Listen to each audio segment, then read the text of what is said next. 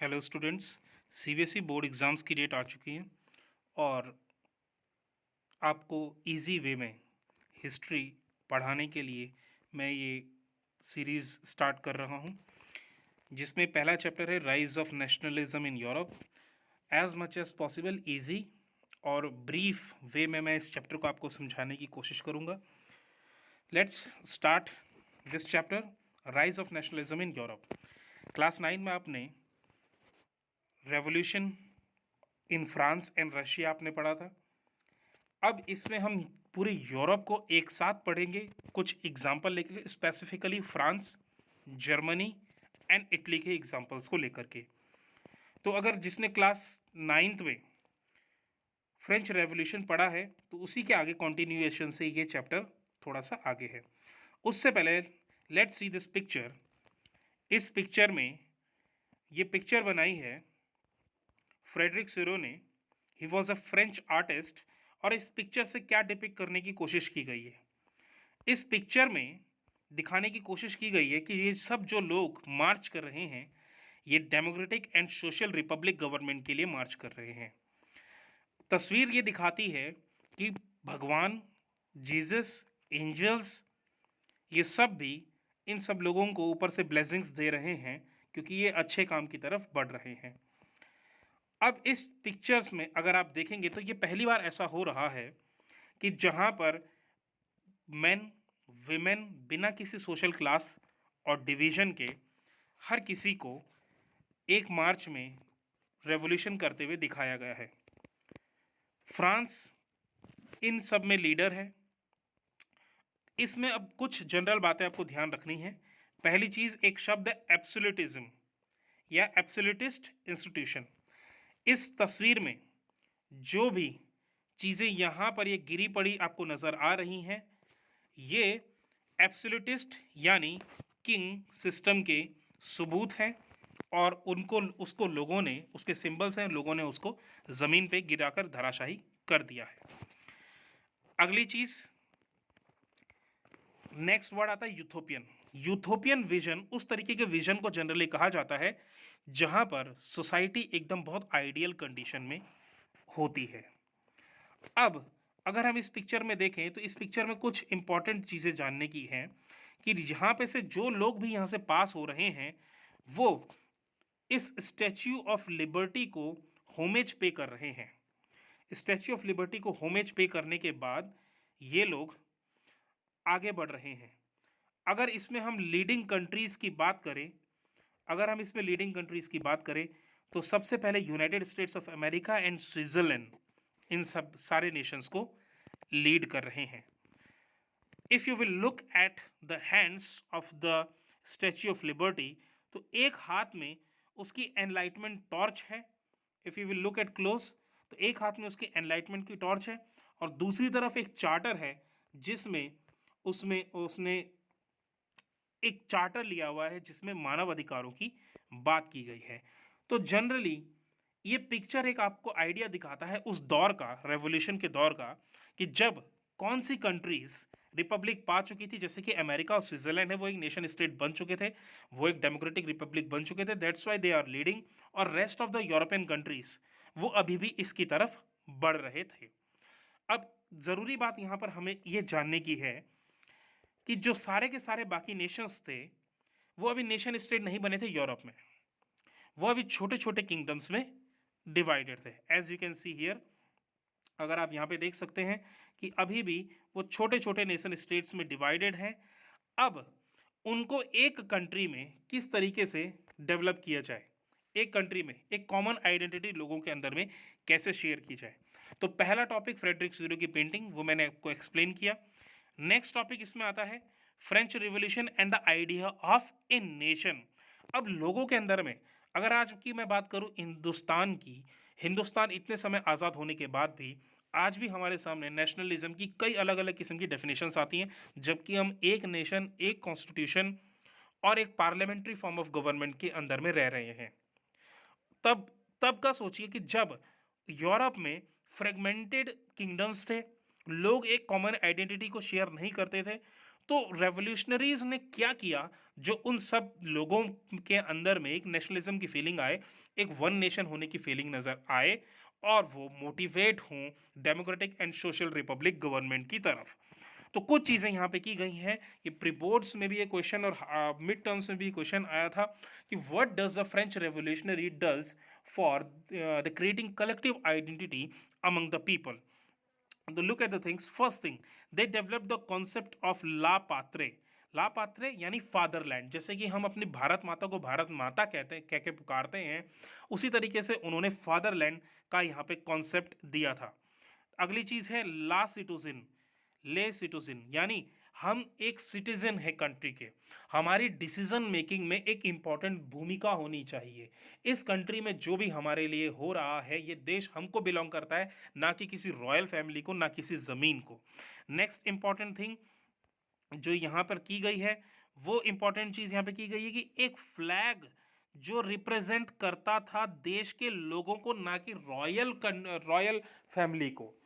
If you think कि अगर तिरंगा हमको रिप्रेजेंट करता है तो हम उससे यूनाइट होते हैं, उसी तरीके से अगर एक राजा का फ्लैग नीचे गिरता है, हम उससे इतना फर्क नहीं पड़ता।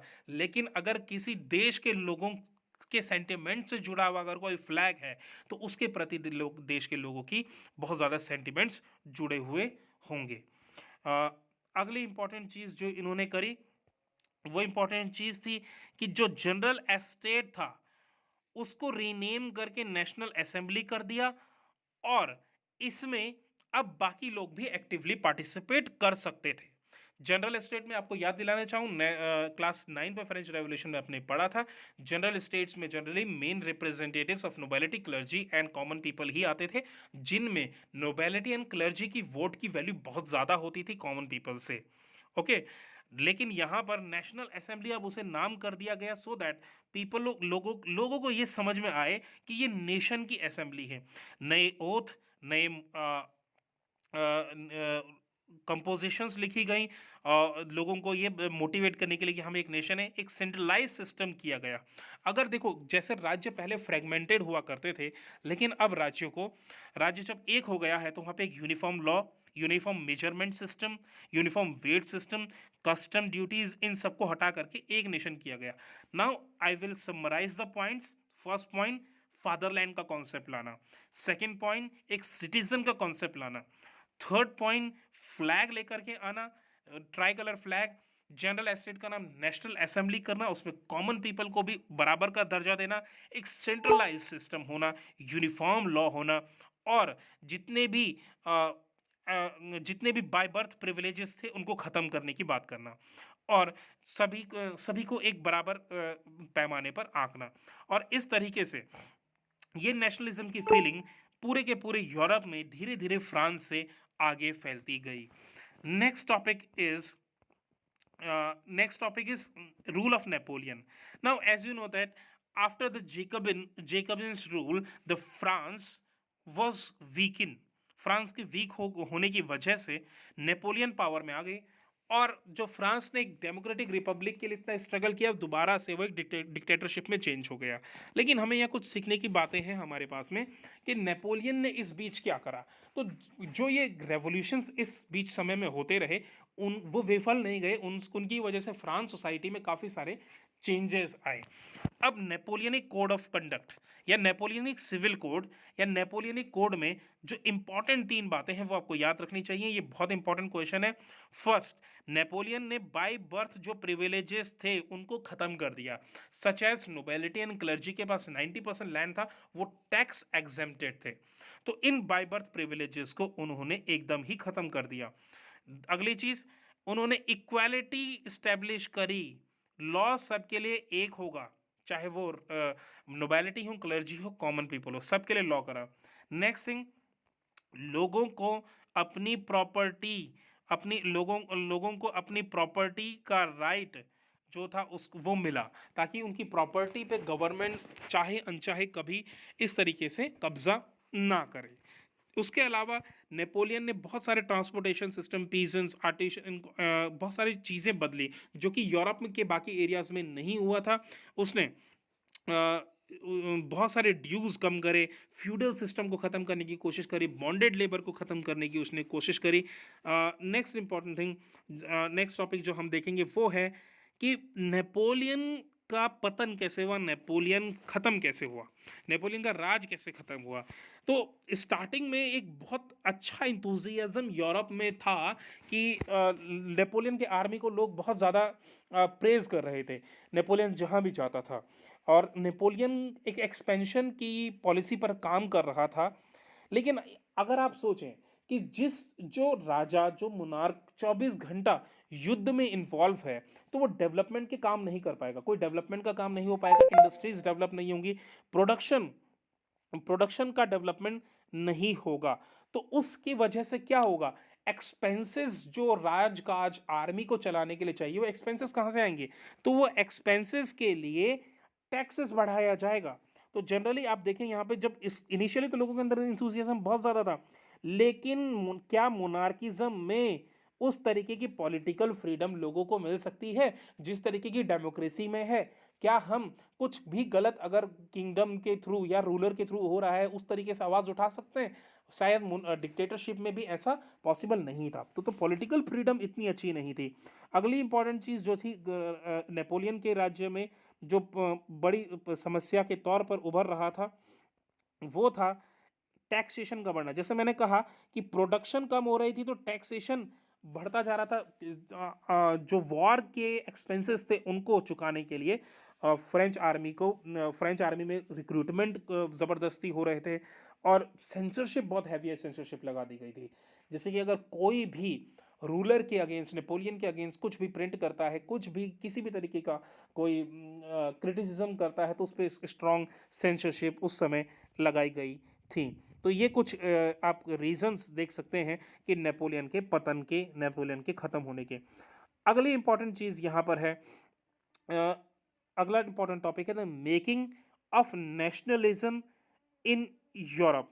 नेशनलिज्म यूरोप में किस तरीके से डेवलप हुआ। तो इसमें कॉमन समरी आपको दी हुई कि जर्मनी हो, इटली हो, स्विट्ज़रलैंड हो, ये छोटे छोटे पार्ट्स में डिवाइडेड थे, और बहुत ज़्यादा यहाँ पर एक एक यूनाइट नेशन नहीं था, या लोगों के अंदर में कॉमन आइडेंटिटी नहीं थी, और जो रूलर था उनकी एक्सपेंसेस बहुत ज़्यादा थे, टैक्सेस हैवी थे। पर धीरे धीरे लोग इन सब चीज़ों को समझ रहे थे। अब इस बीच क्या हुआ, जैसे नेपोलियन का एंड हुआ, उस बीच उस बीच एक एट्रोक्रेसी क्लास डेवलप हुई, मिडिल क्लास लोग डेवलप हुए, जिन जो जनरली बिजनेस क्लास से बिलोंग करते थे, और इनके कॉमन मोटिव्स थे कि बिजनेस डेवलप हो, इंडस्ट्रियलाइजेशन हो, जॉब्स हो। अब इनका एक लिबरल ग्रुप बना जिन्होंने आगे चल करके एक लिबरलिज्म मूवमेंट की शुरुआत इस जिस तरीके से करी। अब हम यहाँ पे बात करेंगे लिबरलिज्म कॉमन पीपल के लिए किस तरीके से स्टैंड करता है। तो जनरल कॉमन आदमी की हम बात करें तो लिबरलिज्म उसके लिए क्या है, एक फ्रीडम है। Liberalism derive from a Latin word root liber meaning freedom. Middle new middle class liberalism stood for freedom and political equality and freedom of individual and equality before the law. तो liberty का जो simple meaning एक common इंसान के लिए था, वो एक कानून के सामने, कानून की नज़र में वो एक हो, और दूसरा उसको एक फ्रीडम हो, फ्रीडम जिंदगी की, specially freedom of life specially हम बात करें। नेक्स्ट अगर हम बात करें तो अभी भी एक चीज़ यहाँ पर ये थी कि लिबर्टी का यहाँ पर मतलब बिल्कुल भी यूनिवर्सल सफरेज नहीं था, यानी वोटिंग राइट हर किसी को मिले, अभी भी ये कॉन्सेप्ट लिबरलिज्म में नहीं था। नाउ एवरीथिंग, एक चीज़ आपको यहाँ पे ध्यान रखनी है कि everything was good and ideal within the liberals, but the thing which was not good in the liberals, that they never support the women's voting right. Women's के वोटिंग राइट को लिबरल्स ने कभी सपोर्ट नहीं करा।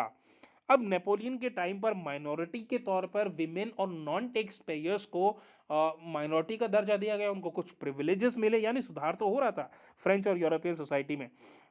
अब specially हम economic spare में liberty की बात करें तो यहाँ पर लिबरलिज्म की बहुत ज़्यादा ज़रूरत थी। अब किस तरीके से इकोनॉमिक लिबरलिज्म लोगों को चाहिए? अगर हम जनरली आज की तारीख में लिबरलिज्म की बात करें, तो लोगों को जनरली बिजनेसमैन को क्या चाहिए कि टैरिफ्स ना हो, ट्रेड बैरियर्स ना हो, रिस्ट्रिक्शंस ना हो, फ्री ट्रेड ना हो। तो प्रॉब्लम्स क्या थी उस समय यूरोप में? तो जनरली प्रॉब्लम ये थी कि जो, अगर आप जर्मनी की बात करें तो जर्मन कॉन्फेडरेशन जो था वो 39 स्टेट्स में डिवाइड था। अब इन 39 स्टेट्स में अपना अपना ही एक सेपरेट, अलग ही सेपरेट रूल्स यहाँ पर चल रहे थे। तो अगर आप देखें कि 39 स्टेट्स में अगर आपको बिजनेस करना है तो एक जगह से दूसरे कोने जाने में 11 जगह कस्टम ड्यूटी देनी पड़ती है, और हर एक जगह 5% आपको कस्टम ड्यूटी पे करनी है। फॉर एग्जाम्पल, आप एक 100 रुपीज़ का सामान लेकर के जर्मनी के एक एरिया से दूसरे एरिया में जाने की कोशिश करते हैं, एक कोने में जाने की कोशिश करते हैं, तो 11 जगह आपको कस्टम ड्यूटीज पे करनी है, 5%। तो according to that approximately 55 rupees, 100 rupees के कॉस्ट के ऊपर आपको 55 रुपीज कस्टम ड्यूटी पे करनी है, and this will definitely increase the cost of production. और ये बिजनेस के लिए एक बुरी बात थी, बिजनेस के लिए गलत चीज थी। अब यहां पर एक इंपॉर्टेंट टर्म आपको याद रखना है, जैसे कि है ईले। अब ये क्या चीज़ है? तो ये क्लोथ मेजरमेंट का सिस्टम है जो कि हर जगह अलग था। तो आप देख रहे हैं ना यहाँ पे कि कितने सारे किंगडम से डिवाइड होने की वजह से कितनी प्रॉब्लम्स थी। देखो, मल्टीपल करेंसीज थी, मल्टीपल कस्टम ड्यूटीज थी, मल्टीपल मेजरमेंट के तरीके थे।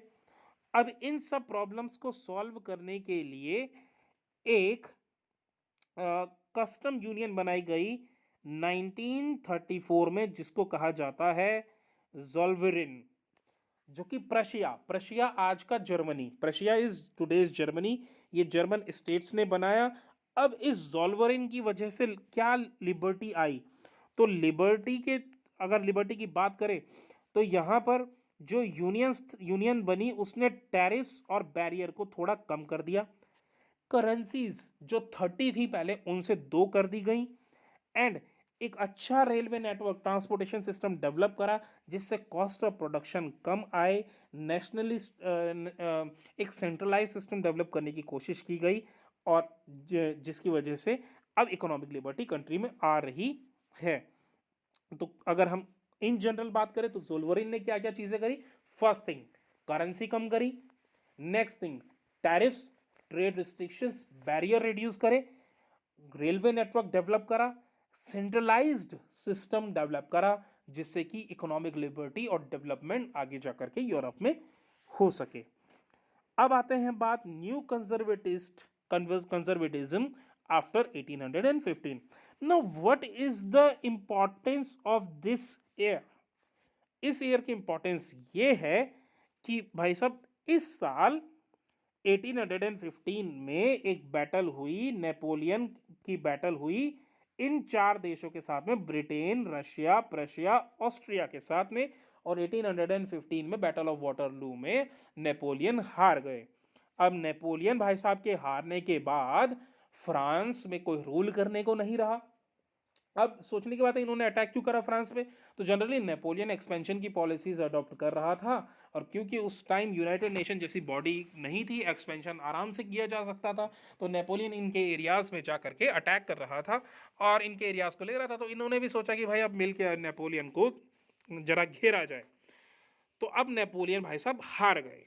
अब नेपोलियन भाई साहब जब हार गए, तो अगर आपको याद होगा तो क्लास 9th में आपने पढ़ा फ्रेंच रेवोल्यूशन। तो फ्रेंच रेवोल्यूशन में आपको पता था कि रेवोल्यूशन से पहले एक डायनेस्टी रूल कर रही थी जिसका किंग था लुइस 16।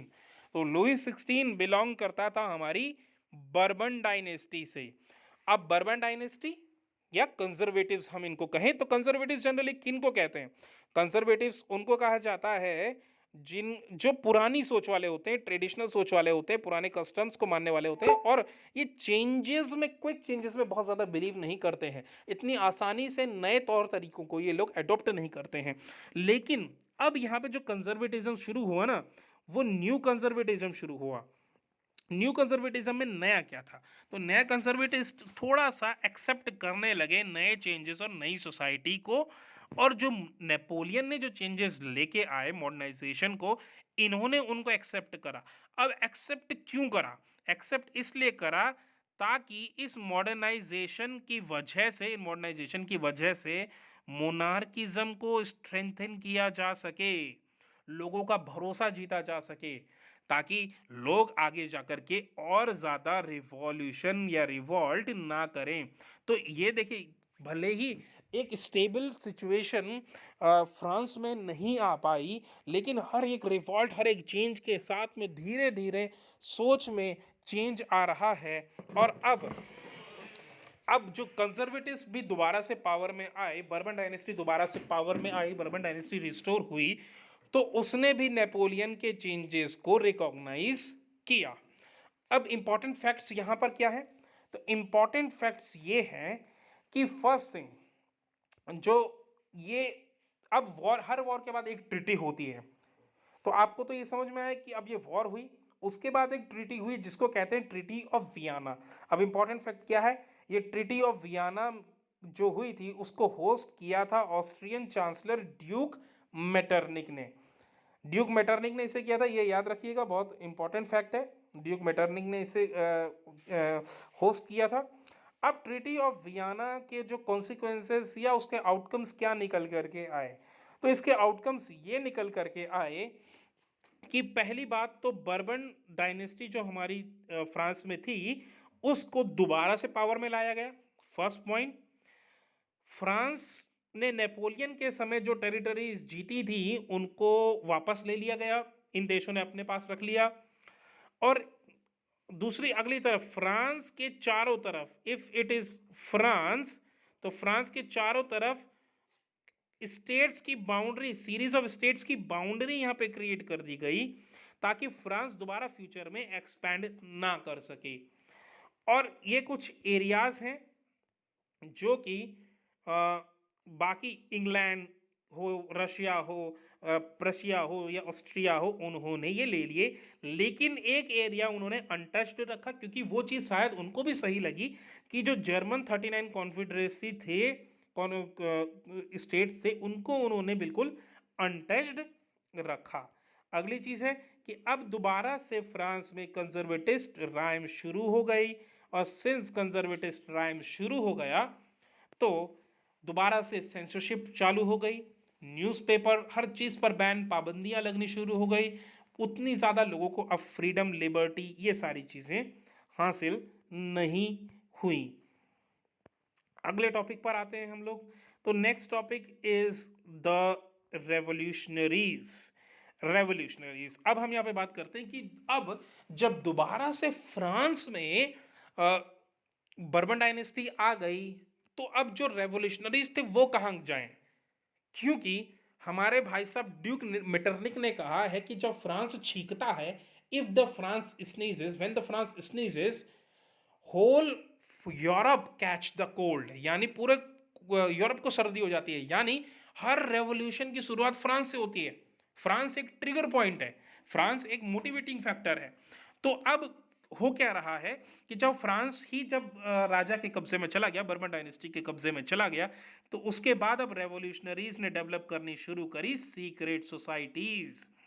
अब इन सीक्रेट सोसाइटीज ने अंडरग्राउंड रह करके काम करना शुरू करा, जिनमें से मोस्ट इंपॉर्टेंट सीक्रेट सोसाइटी या सीक्रेट सोसाइटी के जो लीडर थे वो थे गुसेपे मजीनी। आपको इटली के गुसेपे मजीनी बहुत इंपॉर्टेंट पर्सन है, इनका नाम याद रखना है। अब दो इंपॉर्टेंट फैक्ट्स इनसे रिलेटेड याद रखें कि यंग इटली इन्होंने मर्सलीज में बनाया था, जो इनका सीक्रेट सोसाइटी ग्रुप था, और दूसरा यंग यूरोप जो बेनिन में इन्होंने डेवलप करा था।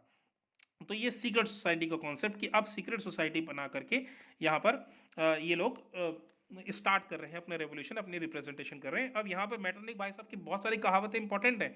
तो मैटरनिक भाई साहब ने एक और बात कही कि the most dangerous enemy of our social order. ये किस लिए कहा, किसके लिए कहा? ये कहा गुसेपी मजीनी के लिए। गुसेपी मजीनी के लिए इन्होंने कहा कि भाई साहब ये सबसे डेंजर एनिमी है हमारे सोशल ऑर्डर का। तो ये एमसीक्यू से रिलेटेड क्वेश्चन आ सकता है कि गुसेपी मजीनी के या मेटरनिक ने ये जो स्टेटमेंट दिया है ये किसके लिए दिया था। अगली टॉपिक पर आते हैं। तो अगला टॉपिक है age of revolution from 1930 to 48। अब 1930 से 48 के बीच में एक रेवोल्यूशन का एज स्टार्ट हुआ। इसमें हमारे पास पहली इंपॉर्टेंट फैक्ट जो हमको ध्यान में रखना है कि वो ये है कि 1930 में दोबारा से फ्रांस में एक रेवोल्यूशन शुरू हुआ। अब इस रेवोल्यूशन में क्या हुआ, बर्बन डायनेस्टी को दोबारा से पावर से हटा दिया गया और लिबरल रेवोल्यूशनरीज ने एक कॉन्स्टिट्यूशनल मोनार्की गवर्नमेंट स्टार्ट करी कि उस गवर्नमेंट में लुइस फिलिप को वहां का लीडर या प्राइम मिनिस्टर या हेड घोषित कर दिया। तो कुल मिलाकर के कि 1930 में आपको ये ध्यान में रखना है कि बर्बन डायनेस्टी हट गई और लुइस फिलिप को मोनार्कल हेड बना दिया गया। अब ये स्टेटमेंट यहाँ पे जो मैं आपको पहले ही बता रहा था कि France when France sneezes the rest of the Europe catch cold, duke Metternich की स्टेटमेंट है, काफी इंपॉर्टेंट स्टेटमेंट है, ये आपको याद रखनी है, समझनी है। अब यहाँ पे अगला केस हमारे पास है, जो अगला इंपॉर्टेंट चीज है वो है ग्रीस का केस, ग्रीस की इंडिपेंडेंस की बात। अब याद हमें क्या रखना है, दो तीन बातें याद रखनी है कि ग्रीस ऑटोमन एम्पायर के अंदर में था। ग्रीस की आप जानते हैं कि बहुत पुरानी सिविलाइजेशन है। ऑटोमन एम्पायर एक मुस्लिम सिविलाइजेशन, मुस्लिम कम्युनिटी थी, उनके अंदर ये रूल कर रहे थे। 1821 में इन्होंने अपनी इंडिपेंडेंस के लिए फाइट करना शुरू करा। जब इन्होंने फाइट करना शुरू करा तो बहुत ज़्यादा फंडिंग यूरोप के अलग अलग एरियाज से जो ग्रीक लोग थे उन्होंने करनी शुरू करी। इनके इंपॉर्टेंट लीडर थे इनके इंपॉर्टेंट लीडर थे लॉर्ड ब्रायन, जिनकी डेथ हुई फीवर से 1824 में। And finally treaty of Constantinople में 1832 में ग्रीस को इंडिपेंडेंस मिल गई। तो याद करने की बात क्या है कि ग्रीस ऑटोमन एम्पायर के अंदर था। ऑटोमन एम्पायर मुस्लिम एम्पायर था जिसमें ग्रीस लोग उसको अपना अपना देश नहीं मानते थे। उन्होंने अपनी इंडिपेंडेंस के लिए फाइट करनी शुरू करी। लॉर्ड ब्रायन इंपॉर्टेंट लीडर थे। ट्रीटी ऑफ कॉन्स्टेंटिनोपल 1832, जहां पे ग्रीस के लोगों को इंडिपेंडेंट घोषित कर दिया गया इस ट्रीटी में। अब अगला टॉपिक हमारा है, अगला इंपॉर्टेंट टॉपिक है romanticism, romantic imagination and feeling. अब रोमांटिक इमेजिनेशन एंड फीलिंग, नाम रोमांटिक है बट इसमें रोमांटिक आप कहें तो कुछ भी नहीं है। अगर हम इसमें समझें तो इसमें यूज हुआ है आपके लिटरेचर का यूज हुआ है, और लिटरेचर का यूज हुआ है इंसान के इमोशंस को डेवलप करने के लिए। इमोशन, फॉर एग्जाम्पल, अगर आप कोई रोमांटिक फिल्म देखते हैं तो आपके अंदर में लव का इमोशन डेवलप होता है। और आप बॉर्डर फिल्म देखते हैं या केसरी फिल्म देखते हैं या कोई और पेट्रियाटिक फिल्म देखते हैं तो आपका जो इमोशन डेवलप होता है वो पेट्रियाटिक होता है। बेसिकली हिंदी में हम एक चीज पढ़ते हैं जिसे कहते हैं हम रस। तो ये रस क्या होते हैं, रस वीर रस, वात्सल्य रस, ऐसे इस तरीके के जो रस हमारे अंदर डेवलप होते हैं लिटरेचर के थ्रू, इन्हीं रसों का इस्तेमाल करके लोगों को नेशनलिज्म के प्रति प्रेरित करना ही रोमांटिसिज्म है। अब रोमांटिसिज्म सिंपल तरीके से समझते हैं कि है क्या चीज। तो भाई रोमांटिसिज्म क्या है, लोगों के अंदर में नेशनलिज्म को डेवलप करना। लोगों के अंदर में नेशनलिज्म को डेवलप करना किसकी मदद से, culture, art, poetry, story, music, इसकी मदद से। कल्चरल सॉन्ग सुना करके, पैट्रियोटिक सॉन्ग सुना करके, कहानियां सुना करके, आपके पूर्वजों की कहानियां सुना करके, आपके कल्चर के बारे में बता करके, आपके कल्चर के गौरव के बारे में बता करके आपको इसके लिए प्रेरित किया जाता है। ये है रोमांटिसिज्म। अब रोमांटिसिज्म के इम्पॉर्टेंट एक लेखक के बारे में हम जान लेते हैं जो एग्जाम पॉइंट ऑफ व्यू से इम्पॉर्टेंट है। तो जॉन गॉटफ्राइड, जो जर्मन फिलोसोफर थे, इनकी किताब थी दास वोल्क, और ये बहुत बड़ा कलेक्शन है इस तरीके के रोमांटिक मूवमेंट का ना। बाकी चीज़ें आप इसमें डिटेल में कुछ नाम और भी देख सकते हैं। उसके अलावा नेक्स्ट टॉपिक आता है हंगर हार्डशिप पॉपुलर रिवॉल्ट का। Hunger hardship and popular revolt, अब ये दोबारा से रेवोल्यूशन फिर शुरू हो रहा है भाई। अब एक बात मैं आपको समझाना चाहूं, अगर इंसान के पास में जॉब है, अच्छी लाइफस्टाइल है, फ्रीडम है, हेल्थ केयर है, देन आपके ऊपर रूल करने वाले चाहे बाहर के हों, अंदर के हों या देश के ही क्यों ना हों, ज्यादा फर्क नहीं पड़ता, लोग रिवॉल्ट नहीं करते हैं। लेकिन अगर रूल करने वाले देश के खुद के हों या बाहर के हों, लेकिन देश में भुखमरी है, देश में जॉब्स नहीं है, आपके पास पॉलिटिकल, इकोनॉमिकल, सोशल फ्रीडम नहीं है, तो डेफिनेटली उस कंट्री में रिवॉल्ट होगा ही। तो अब हुआ क्या, इस 1930 से याद करोगे तो 1815 में हमारे नेपोलियन भाई साहब, नेपोलियन जी हार गए, नेपोलियन हार गए। अब नेपोलियन के हारने के बाद 1830 में दोबारा से हमारी बर्बन डायनेस्टी आ गई।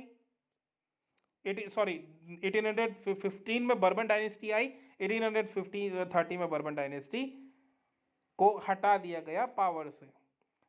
1830 में जब बर्बन डायनेस्टी हटी तो 1830 में लिमिटेड मोनार्की आई हमारे लुइस फिलिप भाई साहब के टाइम पर। लेकिन जब कंट्री में जॉब नहीं है, पॉपुलेशन ओवर क्राउडेड हो रही है, बिजनेसेस नहीं चल रहे हैं, हंगर है, तो दोबारा से कंट्री में रेवोल्यूशंस स्टार्ट होने शुरू हो जाएंगे और शायद पुराने तौर तरीके कुछ अभी भी चल रहे थे। इस वजह से 1848 में दोबारा से एक रेवोल्यूशन हुआ। रीजन था shortage and wide spread unemployment, food shortage. और हमारे जो लुइस फिलिप जो हेड थे वो भाग गए, फ्रांस छोड़ करके भाई साहब निकल गए। तो रीजन साफ है, unemployment, hunger, over population, shortage of food, पुराने प्राइस राइस, ये सारे रीजंस थे। और 1848 में दोबारा रिवॉल्ट हुआ, लुइस फिलिप अब भाग गए भाई साहब। अब लुइस फिलिप जब भाग गए तो इसके बाद एक इंपॉर्टेंट डेवलपमेंट हुआ फ्रांस में। National assembly proclaimed a republic granted suffrage to all male above 21। अब 21 साल से सभी ज्यादा मर्द, बड़े मर्दों को यहां पर वोटिंग राइट दोबारा से ग्रांट हो गया। और अगली बात कि नेशनल असेंबली को रिपब्लिक प्रोक्लेम कर दिया गया। तो ये एक इंपॉर्टेंट डेवलपमेंट हुआ। National workshop to provide employment for set off, तो नेशनल वर्कशॉप्स भी डेवलप हुई। अब ये एक एग्जांपल दिया हुआ है यहाँ पे कि किस तरीके से गांव में जो वीवर्स थे वो परेशान थे और किस तरीके से वो अटैक करते कॉन्ट्रैक्टर के ऊपर। इस वो यहाँ पर एक एग्जांपल उसका आपके सामने दिया हुआ है। अब अगले टॉपिक की हम बात करें तो अगला टॉपिक है, जब फ्रांस में ये 1848 का रिवॉल्ट हुआ तो बाकी एरिया कैसे अनछुए रह सकते थे। तो बाकी एरियाज में भी रिवॉल्ट स्टार्ट हुए। तो जनरली हम पहले बात करें हम जर्मनी की, तो जर्मनी में जो मिडिल क्लास प्रोफेशनल्स थे और बिजनेसमैन थे और कुछ प्रॉस्पेरस आर्टिशियंस थे, इन्होंने डिसाइड करा कि हम एक पार्लियामेंट डेवलप करेंगे। तो सेंट पॉल नाम का एक चर्च था, वहां उन्होंने एक पार्लियामेंट बनाई जिसे फ्रैंकफर्ट पार्लियामेंट कहते हैं। इलेक्शंस कंडक्ट करे और 831 रिप्रेजेंटेटिव्स इसमें से चुन करके आ गए। अब जब ये रिप्रेजेंटेटिव्स इसमें से चुन करके आ गए तो इन्होंने आगे से डिमांड करी कॉन्स्टिट्यूशन ड्राफ्ट करने की। अब कॉन्स्टिट्यूशन जो इन्होंने ड्राफ्ट करा उसमें कहा कि monarchy subject to a parliament, यानी मोनार्की पार्लियामेंट यानी पार्लियामेंट के लिए जिम्मेदार होगी, यानी the power will be in the hand of parliament and monarchy will be the subject of parliament, यानी किंग पार्लियामेंट के अंदर ही होगा। तो इस चीज को उस समय के किंग फ्रेडरिक वेलहिम ने नहीं माना। उसने क्या करा, उसने अब बाकी लीडर्स के साथ में मिल करके, बाकी मोनार्क्स के साथ में मिल करके इस रेवोल्यूशन को क्रश कर दिया। ठीक है, अब बाकी सबके साथ मिल करके जब ये रेवोल्यूशन क्रश हो गया तो फिर से फ्रैंकफर्ट पार्लियामेंट बंद हो गई। अब एक चीज मैं पहले भी जो मैंने आपको बताई कि लिबरल्स में एवरीथिंग वाज आइडियल, बट जो आइडियल नहीं था वो ये था कि वे they didn't support the women's right of freedom. अब इसमें इंपॉर्टेंट बात ये आती है कि विमेंस ने बहुत बढ़ चढ़ करके हिस्सा लिया इस रिवॉल्ट में। उन्होंने न्यूज़पेपर फाउंड करे, पॉलिटिकल मीटिंग करी, डेमोन्स्ट्रेशन करी, हर तरीके से उन्होंने अपनी रिप्रेजेंटेशन दी इस मूवमेंट में। लेकिन उन्हें फिर भी डिनाई किया गया suffrage right during the election for the assembly. जब इलेक्शन हुए असेंबली के लिए तब भी वुमेन्स को वोटिंग राइट नहीं दिया गया।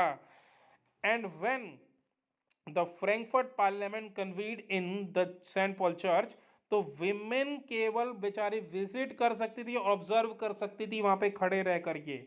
यानी एक तो विमेन्स ने पार्टिसिपेट भी किया, उनको वोटिंग राइट नहीं मिला, साथ में वो केवल ऑब्जर्व कर सकती थी और विजिट कर सकती थी फ्रैंकफर्ट पार्लियामेंट में। And if you will look at the situation of the Frankfurt parliament, the people who are standing on this side, यहाँ साइड में जो खड़े लोग दिख रहे हैं फ्रैंकफर्ट पार्लियामेंट में, वो लोग कौन है? विमेन्स हैं, जिनको केवल ऑब्जर्व करने का राइट था, बाकी वो खड़े खड़े कुछ भी नहीं कर सकते थे। अब चलो फ्रैंकफर्ट पार्लियामेंट तो हो गई खत्म। अब जब फ्रैंकफर्ट पार्लियामेंट भाई खत्म हो गई तो उसके बाद मोनार्की दोबारा स्टैब्लिश हो गई। लेकिन मोनार्की में यहाँ पर भी कुछ चेंजेस आए। अब यहाँ पर भी क्या सुधार है कि मोनार्की ने समझा कि भाई बार बार रिवोल्ट होने से तो अच्छा है कि कुछ चीज़ें सुधार किया जाए। तो क्या सुधार किया? कुछ ग्रांट्स उन्होंने लिबरल नेशनलिस्ट को दे दिए और serfdom and bonded labour abolish कर दिया गया हब्सबर्ग डोमेन्स ऑफ रशिया में। Habsburg domains and in Russia, तो हब्सबर्ग डोमेन जो जर्मनी का हिस्सा था और जर्मनी के पास प्रशिया का हिस्सा था, और रशिया में यहाँ पे बॉन्डेड लेबर खत्म कर दिया गया और कुछ प्रिविलेजेस दिए। किसको प्रिविलेजेस मिले? लिबरल नेशनलिस्ट को, ताकि वो लोग भी खुश रहें और दोबारा दोबारा इस तरीके से रिवॉल्ट ना करें। अगला टॉपिक, अब बात करते हैं जर्मनी और इटली के यूनिफिकेशन की। तो इसमें अब इम्पोर्टेंट हमारे सामने एक इम्पोर्टेंट पर्सन का नाम आता है जिसका नाम है ऑटोवन बिस्मार्क। इन भाई साहब का नाम याद कर लीजिए। इन्होंने नींव रखी, या कहते हैं कि आर्किटेक्ट हैं जर्मनी के यूनिफिकेशन के, और इन्हीं भाई साहब के प्रयासों की वजह से जर्मनी यूनिफाइड हो पाया। अब किया क्या इन्होंने? इन्होंने पर्शियन आर्मी और ब्यूरोक्रेसी के हेल्प से कुछ वॉर्स करी और उन सब एरियाज को ले लिया ऑस्ट्रिया, डेनमार्क और फ्रांस से, जहां पे जर्मन पॉपुलेशन ज़्यादा रहती थी। अब जब इन्होंने ये वॉर करके और डिप्लोमेटिक तरीकों से ये एरिया ले लिया तो इन्होंने जर्मनी को यूनिफाइड कर दिया। अब इन लोगों के पास एक कॉमन आइडेंटिटी वाले पीपल थे, दैट वी आर जर्मन्स। तो पहला राजा यहां का कौन बना 1871 में? William Kaiser one became the king. And जो जर्मन एम्परर की सेरेमनी थी वो दोबारा से फ्रांस के वर्साई में हुई, जहाँ पे वर्साई की ट्रीटी हुई, वर्साई का पैलेस था। बहुत इंपॉर्टेंट ये जगह है। अब बहुत सर्दी का दिन था, 18 जनवरी की बात है, जब German states representatives of the army, important ministers, ये सब इकट्ठा हुए, ऑटन बिस्मार्क गैदर हुए और वर्साई के जो पेरिस है वहाँ पर कैसर विलियम वन को प्रशिया का किंग बाय इनको डिक्लेयर कर दिया था। Nation building process of Germany had demonstrated the dominance of the Persian state power. The new state placed a strong emphasis on the modernizing the currency, banking, legal, judiciary system in Germany. Prussia measures practices often became model for the rest of the Germany. तो प्रशिया ने ये सारे changes किए, उन्होंने measurement system हो, चाहे banking हो, legal हो सिस्टम हो, करेंसी सिस्टम, इन सब में सुधार किया और बाकी के Germany, rest of the German areas के लिए वो एक आइडियल सिचुएशन बनी और फिर इस तरीके से जर्मनी को यूनिफाइड कर दिया गया। नेक्स्ट हमारे पास ये देखिए, ये प्रशिया का एरिया है जो कि आगे जाकर के पूरा जर्मनी के रूप में डेवलप हो गया। Next topic is Italian, Italy का डेवलपमेंट। अब हम जैसे कि जानते हैं कि जर्मनी के जैसे ही इटली भी फ्रेगमेंटेड स्टेट्स में था। अब Italy were scattered over the several dynasty states as well as a multinational Habsburg empire. Now, during the middle of the 19th century, Italy was divided into 7 states, of which only one, Sardinia Piedmont, was ruled by Italian prince's house. North, under Austrian Habsburg, the center was ruled by the Pope, and the south, Italy, was under the domination of the Bourbon king of Spain. अब कहने की बात यह है कि यहाँ पे centre of हमारा यूनिफिकेशन कौन है? सार्डिनिया पैडेमोंट का रूलर, जो एक्चुअल में इटालियन ओरिजिन का था, वो इटालियन ओरिजिन का पर्सन था। अब यहाँ पर हमारे गिउसेपी मजीनी का स्ट्रगल भी देखिए कि जो सीक्रेट सोसाइटी में हमने जिनको पढ़ा था, तो इन्होंने काफ़ी सारे काम करे। ही हैड ऑल्सो, इन्होंने सीक्रेट सोसाइटी बनाई और इन्होंने जो रूलर है विक्टर इमैनुअल टू सॉरी 1948 में जो रेवोल्यूशंस हुए, इन्होंने सार्डिनिया पैडीमोंट के विक्टर इमैनुअल टू के साथ में मिल करके बहुत सारी वॉर्स की। Then in the eye of the ruling elite of the region, the unified Italy offer the possibility of the economic development. तो लोगों को लगता था कि अगर जर्मनी यूनिफाइड होगा, जैसे जर्मनी यूनिफाइड हुआ उस तरीके से इटली भी यूनिफाइड हो, तो वो हमारे डेवलपमेंट के लिए बहुत अच्छा है। लेकिन काम यहीं पर पूरा नहीं हुआ। काम पूरा करने का काम करा यहाँ के चीफ मिनिस्टर जो थे, चीफ मिनिस्टर कैवोर। अब कैवोर ने क्या करा? इन्होंने बहुत सारे इटालियन एलिट्स जो इस तरीके की बातों को समझते थे कि जर्मनी की यूनिफिकेशन से कंट्री का डेवलपमेंट होगा, उन्होंने उनको एक साथ स्टार्ट करना शुरू करा। और सबसे पहले जो पैसा, ट्रूप्स इकट्ठा करे और ऑस्ट्रिया की फोर्सेस को उन्होंने 1859 में डिफीट करा। उसके बाद एक इम्पॉर्टेंट लीडर यहाँ पर आते हैं, गिउसेपी गैरिबाल्डी। अब ये एक आर्म वॉलेंटियर था, ही वॉज एक फार्मर बेसिकली, पर इन्होंने वॉलेंटरीली अपने लोगों के साथ मिलकर के बहुत लड़ाइयाँ लड़ी। And 1860 they marched into the South Italy and the kingdom of two Sicilies and succeeded in winning the support of the local peasant under the Spanish ruler. अब स्पेनिश रूलर जो बर्बन किंग था, वहाँ से Spain के area से जो Italian area था उसको इन्होंने जीत लिया। However, much of the Italian population, among whom the rate of illiteracy was very high, remained blissful, unaware of the liberal nationalist ideology. The peasant mass who supported the Garibaldi in the south had never heard the Italia or believed the La Italia was Victor Emmanuel's friend. अब इसमें देखिए एक Ivory भी है, comedy की बात भी है कि लोगों को जनरली इटली नाम ज़्यादा इतना नहीं जानते थे, लेकिन उन्होंने ये सोच करके इटालिया नाम, जब इस कंट्री के नाम को इसलिए सपोर्ट करा क्योंकि उन्हें लगता था ये उनके राजा विक्टर इमैनुअल की वाइफ का नाम है, ये सोच करके उन्होंने यहाँ पे डेवलप करा। तो 3 इंपॉर्टेंट नाम गिउसेपी मजीनी ने जो प्रयास करे, उसके बाद विक्टर इमैनुअल किंग, गिउसेपी गैरिबाल्डी जो कि एक वॉलेंटियर विलेजर थे, फार्मर थे, और काउंट डी कैवोर जो कि यहाँ के चीफ मिनिस्टर थे। इन सब का इंपॉर्टेंट रोल रहा है इटली के यूनिफिकेशन में। Next, strange case of Britain. Video बहुत ज़्यादा लंबी होने की वजह से मैं इन टॉपिक्स को, क्योंकि जो मेन टॉपिक इस चैप्टर के हैं वो हमने कवर कर लिए हैं, तो इस टॉपिक को मैं नेक्स्ट वीडियो में कवर करने की कोशिश करूंगा। अब एक इंपॉर्टेंट टिप्स ये है कि जो मैंने इस साल ऑब्जर्व करा है, और न्यू एजुकेशन पॉलिसी आने के बाद और कोरोना के आने के बाद क्वेश्चन पेपर जो अब बन रहे हैं वो कॉम्पिटेटिव बेस्ड बन रहे हैं, एमसीक्यू आ रहे हैं। और जैसे पहले जो क्वेश्चन आया करते थे कि क्वेश्चन एनालिसिस बेस पर होते थे, अब क्वेश्चन फैक्चुअल हैं। तो आप ज़्यादा से ज़्यादा एनसीईआरटी से जो क्वेश्चन बनते हैं उनसे अपना पेपर प्रिपेयर करें तो बहुत बेहतर होगा। अगली सीरीज में कोशिश करूंगा कि मैं आंसर राइटिंग स्किल्स और क्वेश्चन आंसर्स आपके लिए सैम्पल पेपर में लेके आ सकूं। Thank you very much for watching.